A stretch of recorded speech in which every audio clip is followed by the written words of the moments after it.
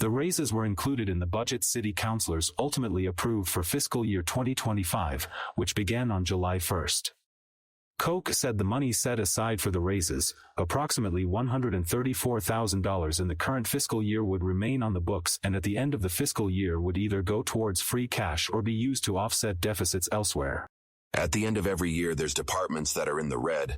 Some are in the black depending on the winter you have. So at the end of the year, you balance the books. You do all the year-end transfers. So anything extra goes to either bail out a department that may be in a hole, or it all falls into free cash, which essentially goes into the rainy day account.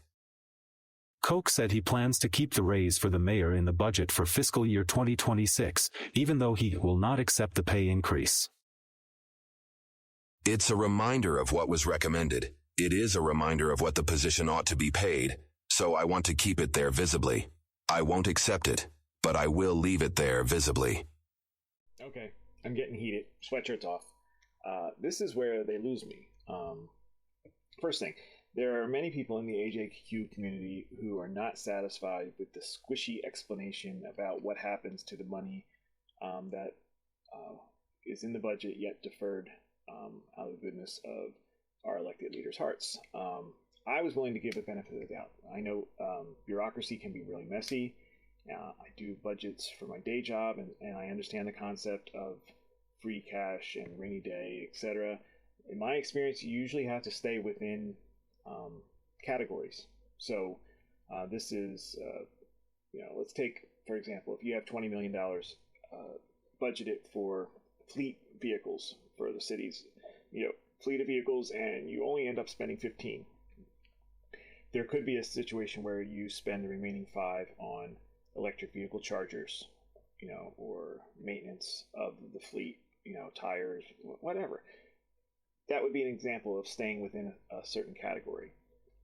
These deferred raises would come under the personnel category, so it's a little bit worrisome if they have to stay within categories. Would they have to spend that money on other employees? So could this just go towards other heads of departments, salaries, etc.? We don't know. I was willing to give a benefit of the doubt, but the more this goes on, the more I worry that there's a problem and there's some weirdness going on here. But what really gets me is this whole business about they're leaving the legislation in place as a visible reminder of what was approved and what the job ought to be paid. That sounds like real. I won't use a bad word, but it doesn't sound right. And that doesn't make sense to me. Like, there's plenty of other ways to be reminded of what these amounts were. First of all, the legislation is still there. It'll just be rescinded. You can refer to it. There's dozens of letters and articles and podcast interviews, videos, this website. There's tons of ways that these amounts could be reminded. We're living in the modern age. All our city council meetings are recorded. The Dormanson report didn't just disappear. We don't need you to leave bad legislation in place as a visible reminder, as if people are going and looking line by line at the budget to remind themselves of anything. Now I'm starting to wonder, what is this really about? And the thing that pops up first in my mind is pension. We need to do some digging and some investigating about the pension system, because our deferred amounts, are they what's going to go into the calculation for when people leave their job? So if Mayor Koch were to not run again,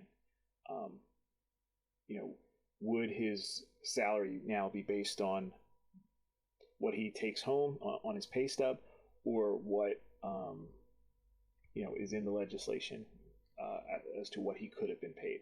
And their insistence on leaving this in place is making me think there is some sort of benefit that they're not shining a light on that we don't see, or maybe we do see. But I'm no longer of the mind that they were trying to do the right thing. And to their credit, they're not really saying they're doing the right thing. they're saying that this was a distraction, that the ethics people were on their butt, and that really they think there's nothing wrong with the amounts. During the interview, Wait, Koch defended the also, Scott Jackson put 134,000 that was saved this fiscal year, and that's not what I came up with. So I just want to go through it with you real quick. So right now, the mayor is asking for 285, and according to the article, they're going off the figure that he is currently making 150,900. So when we subtract that, that is 134,000. But there is also the salaries of the city councilors. So if we take that, they're 44,500, their new ask, and then we subtract their current salary, that's 14,700 per counselor. So that comes to 132. So I believe the total savings should be 132,300 plus 134,100.